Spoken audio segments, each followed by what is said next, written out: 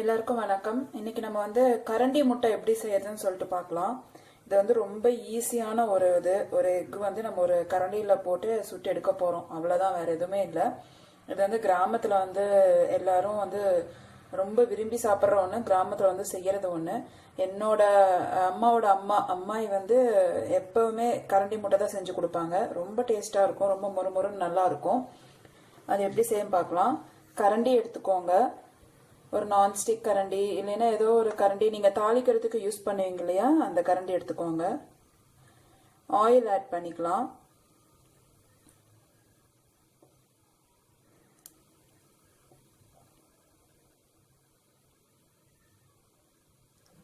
கொஞ்சம் ஒரு 1 table spoon அளவுக்கு ஆயில் இருந்தால் போதும் இதுக்கு.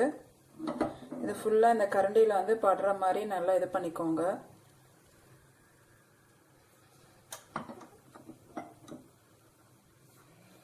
எண்ணெய் வந்து கொஞ்சம் சூடாகட்டும்.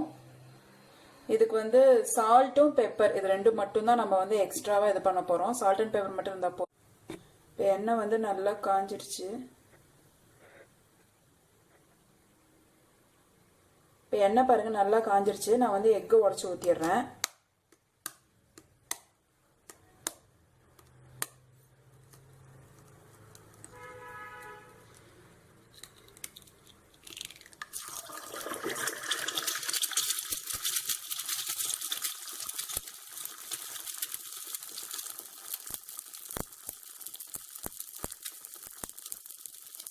எண்ணெய் நல்லா சூடேறினதுனால பாருங்க நல்லா எப்படி வருது. இதில் வந்து சால்ட் வந்து கம்மியாக போட்டுக்கோங்க.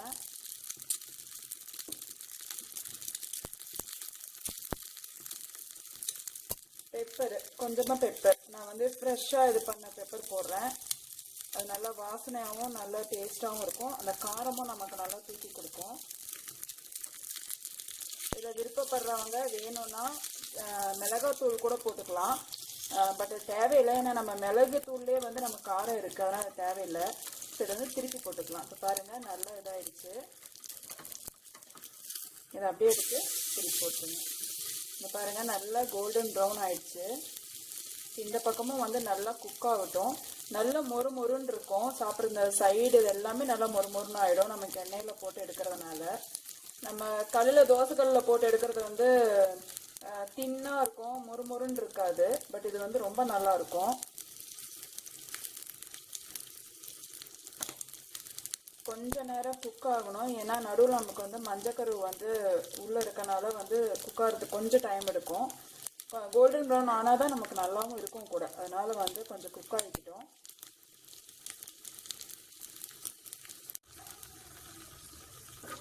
பார்த்தீங்கன்னா ரெண்டு பக்கமும் நல்லா கோல்டன் ப்ரௌன் ஆயிடுச்சு. ரொம்ப கிறிஸ்பியாக இருக்குது பாருங்கள்.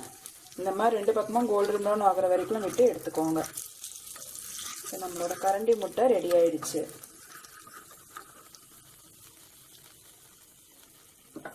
பாருங்கள் இந்த ஓரம்லாம் எவ்வளோ கிறிஸ்பியாக இருக்குது. கண்டிப்பாக நீங்களும் ட்ரை பண்ணி பாருங்கள். தேங்க்ஸ் ஃபார் வாட்சிங்.